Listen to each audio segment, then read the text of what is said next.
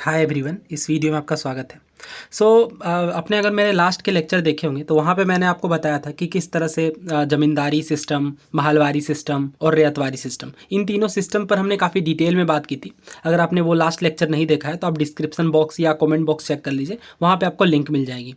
सो हम लोग easy question से शुरुआत करते हैं। ये क्वेश्चन CAPF 2010 का पूछा हुआ है। सो सबसे पहले आपको पैसेज दिया गया था काफ़ी लंबा सा, उसके बेसिस पे आपको आंसर करना था। बोला जा रहा है कि जो परमानेंट सेटलमेंट है उसमें लैंड ओनरशिप राइट दे दिया गया ज़मींदार को। कहने का मतलब ये है कि ज़मींदार के पास ये पावर हो गई कि वो लैंड पे मालिकाना हक उन्हें दे दिया गया। जो बट पहले क्या उनके पास मालिकाना हक नहीं होता था ज़मींदार के पास? नहीं, पहले सिर्फ उनके पास रेवेन्यू कलेक्टिंग राइट्स होते थे। अब ये क्वेश्चन आपका बहुत अच्छा बेस बना देगा आगे के क्वेश्चंस करने के लिए, तो ध्यान से समझते चलिए। जमींदार के पास पहले क्या होता था? सिर्फ रेवेन्यू कलेक्टिंग राइट्स होता था, यानी कि वो किसान के पास जाते थे और रेवेन्यू को कलेक्ट करते थे और फर्दर ईस्ट इंडिया कंपनी के पास वो पे करते थे। अब आगे बोला गया है कि therefore those who lost out in this settlement where the peasants who were left at the mercy of zamindar. सबसे ज़्यादा नुकसान जो है वो पीजेंट्स को हुआ। क्यों? क्योंकि वो जमींदार के मर्सी पर छोड़ दिए गए। कहने का अर्थ ये था कि जमींदार जैसे चाहे वैसे रेंट को सेट करते थे। क्यों? क्योंकि उन्हें ऊपर भी पैसे देने होते थे, तो वो जितने ज़्यादा पीजेंट से ले पाएंगे उतना ही ज़्यादा उनका फ़ायदा होता। किनका? जमींदार का। अब बोला गया है आगे कि customary occupancy right was ignored and they were reduce to the status of tenants. Customary occupancy right का मतलब ये होता है ज़मीन पर मालिकाना हक। अब इस चीज़ को इग्नोर कर दिया गया और उनकी जो स्थिति है वो किस तरह बना दी गई? टीनेंट्स में। टीनेंट्स का मतलब नॉर्मल किसान के रूप में। आगे बोला क्या, जो पटिया या पट्टा, पट्टा का प्रोविज़न आप समझ लीजिए, बार बार यूपीएससी में भी पूछा गया और ये काफ़ी इंपॉर्टेंट है।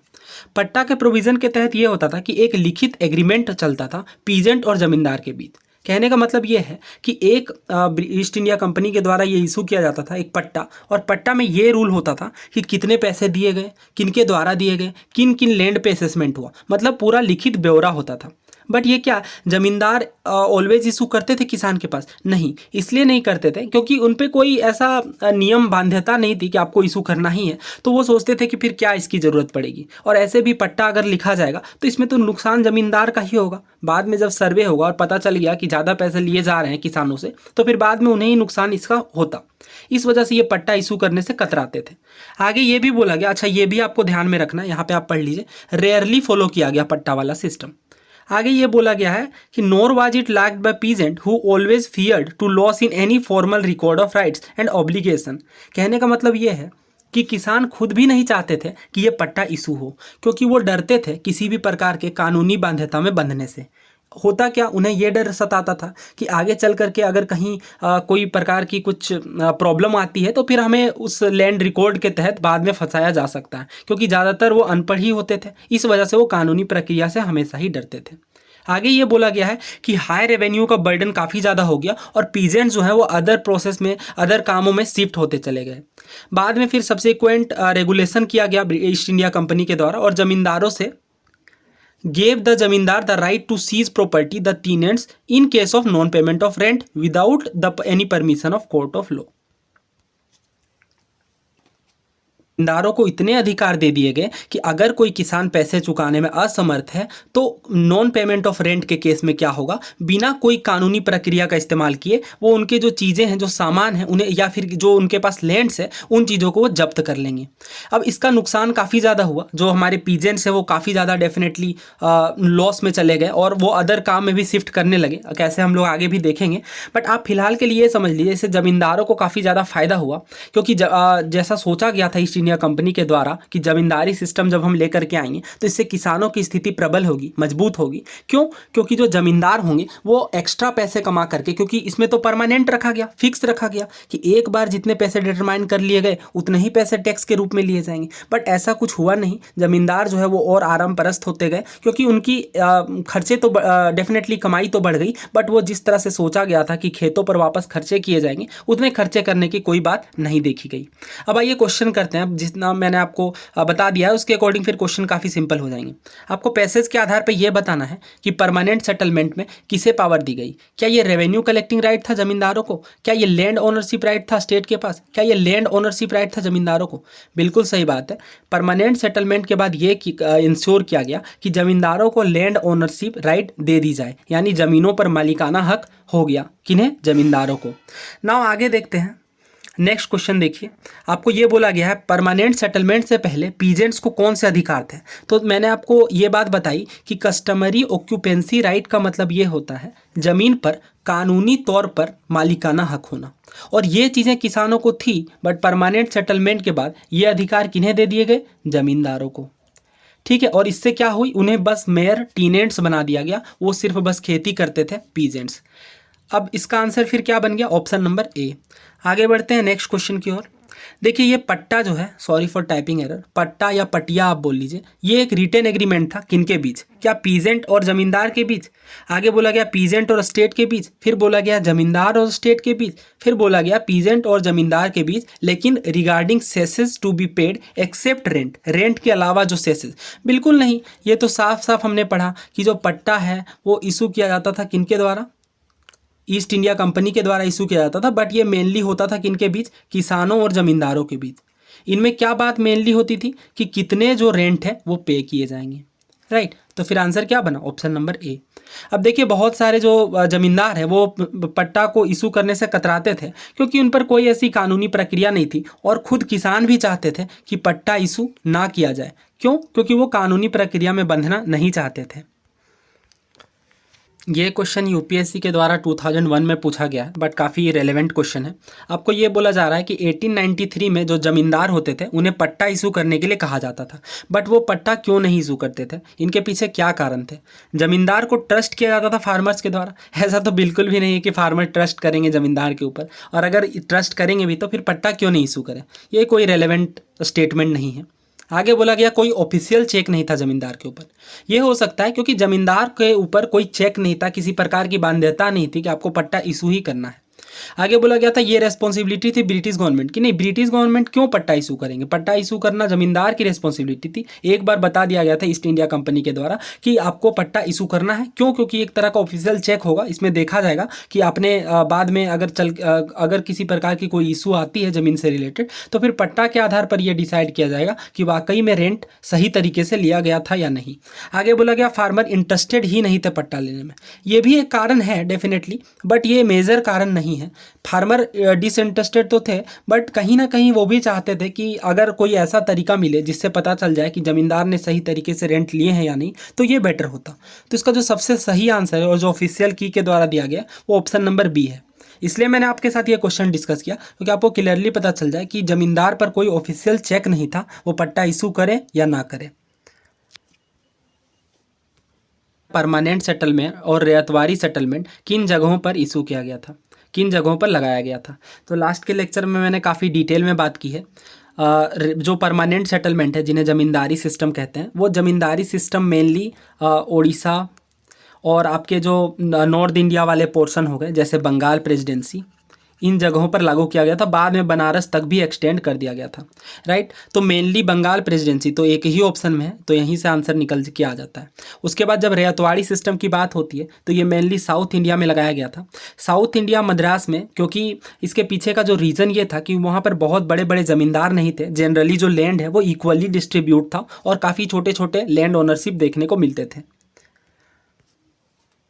सो इसका आंसर बन जाता है ऑप्शन नंबर बी। क्यों, क्योंकि परमानेंट सेटलमेंट बंगाल प्रेसिडेंसी में और रियायतवाड़ी सेटलमेंट मद्रास प्रेसिडेंसी में लगाया गया था। नेक्स्ट क्वेश्चन देखिए करते हैं।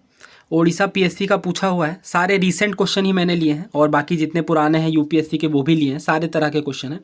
आपसे ये बोला गया है which of the following land revenue settlement was the first to have concluded with the village community. तो याद करिए मैंने लास्ट के लेक्चर में ये बताया था कि जो महलवारी सिस्टम है उसका मेन बेसिस ही था महल। महल का मतलब होता है गाँव, गांव या कोई कम्युनिटी बेसिस जिसके आधार पे ये जो टैक्स है वो लिया जा रहा था। तो इसका आंसर फिर क्या बना, option number B, Mahalwari system, गांव के बेसिस पे पहली बार लगाया गया। परमानेंट सेटलमेंट तो जमींदारों को अधिकार दिए गए, पर्सन टू पर्सन या इंडिविजुअल बेसिस पर था। रियायतवारी सिस्टम में तो डायरेक्टली जो है वो ईस्ट इंडिया कंपनी का पीजेंट्स के साथ सेटलमेंट होता था। क्यों, क्योंकि रियायत का मतलब क्या होता है, रियायत का मतलब किसान होते हैं, पीजेंट्स होते हैं, इसलिए इसका नाम ही पड़ा रियायतवाड़ी सिस्टम। सो आइए एक बार क्विकली रिकैप करते हैं। सिस्टम की, परमानेंट सेटलमेंट जिन्हें बोलते हैं, किसके द्वारा इंट्रोड्यूस किया गया? लॉर्ड कॉर्नवालिस और जॉन सोर के द्वारा। ईस्टर्न इंडिया में ये मेनली था। ये मैं बार बार इसलिए रिपीट कर रहा हूँ क्योंकि ज़्यादातर क्वेश्चन इसी पे बनेंगे कि कहाँ पे लगाया गया था, किनके द्वारा लगाया गया था, और ये थोड़े बहुत जो फीचर्स है वो ज़्यादातर सवाल में यही पूछा जाएगा। तो इसलिए इन्हें बहुत ध्यान से समझ लीजिए, इसलिए मैंने अलग से इसकी स्लाइड भी बना दी है। तो जमींदारी सिस्टम किसके द्वारा इंट्रोड्यूस किया गया? लॉर्ड कॉर्नवालिस और जॉन सोर। ये दो नाम आपको याद रखने हैं। पोर्शन कौन सा था? Eastern India definitely, Bengal presidency, Bihar और बाद में ओडिशा और फिर बनारस वाले कुछ एरिया में भी एक्सटेंड कर दिया गया। देखिए रैयतवाड़ी जो है उसका टाइम पीरियड जैसे ये वाला था आपका परमानेंट सेटलमेंट, ये 1773 था। लगभग 50 सालों के बाद रैयतवाड़ी सिस्टम स्टार्ट किया गया। ये जमींदारी सिस्टम में जैसे 57% एरिया में था, बट रैयतवाड़ी सिस्टम केवल 38% एरिया में लगाया गया। मेनली सदर्न इंडिया में था। ठीक है, सदर्न इंडिया और वेस्टर्न इंडिया में कौन सा सिस्टम था? रैयतवाड़ी। और नॉर्दर्न इंडिया में कौन सा सिस्टम था बताइए? नॉर्दर्न इंडिया में हमने क्या देखा? परमानेंट सेटलमेंट, जिन्हें जमींदारी सिस्टम कहते हैं।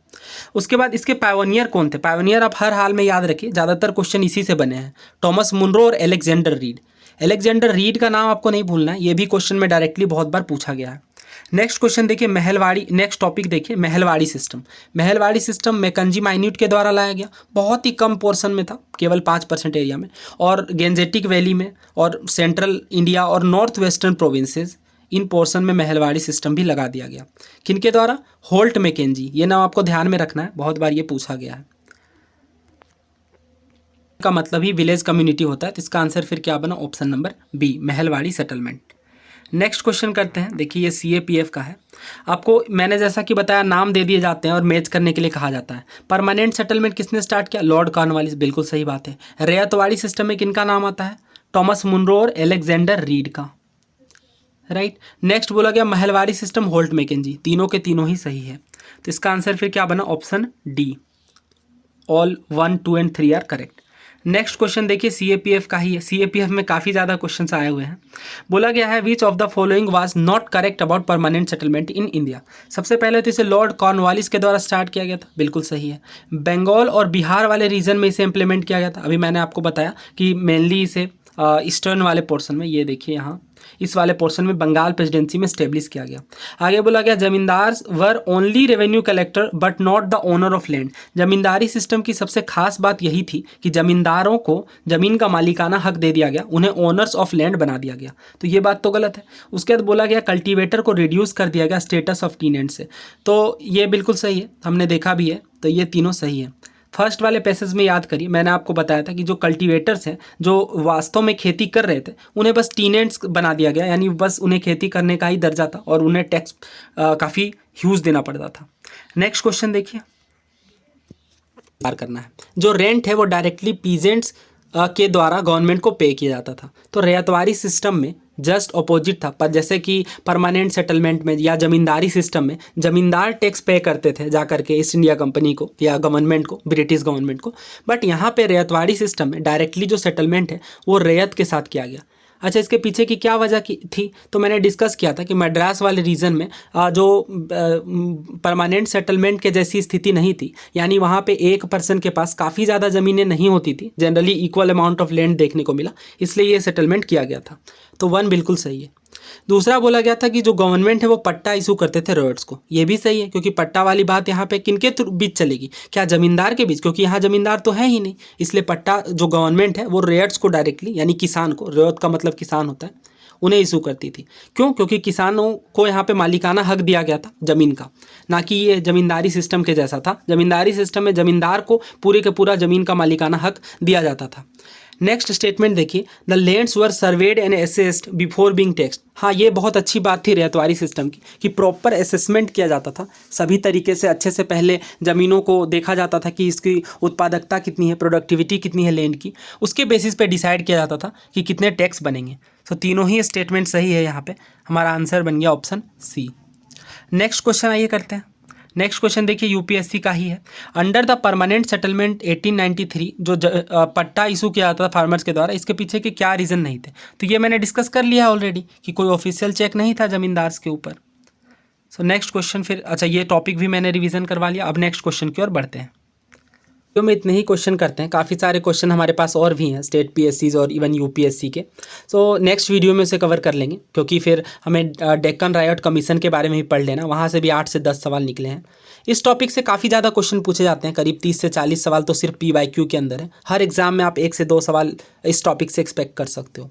सो आई होप ये वीडियो आपको पसंद आई होगी। अगर आपने पहले इसके जो पिछला पार्ट है वो अगर आपने नहीं देखा है तो प्लीज़ जा करके पहले उसे देखिए। वहाँ पे मैंने आपको स्टार्टिंग में सारी चीज़ें बताई हैं कि कौन कौन से 3 स्टेट जो आपके लैंड रेवेन्यू सिस्टम थे उनमें क्या क्या खास बातें थी। सो आई होप ये वीडियो आपको पसंद आई होगी। अगर आप चैनल पर नए हैं तो प्लीज़ चैनल को सब्सक्राइब कर लीजिए। Thank you so much.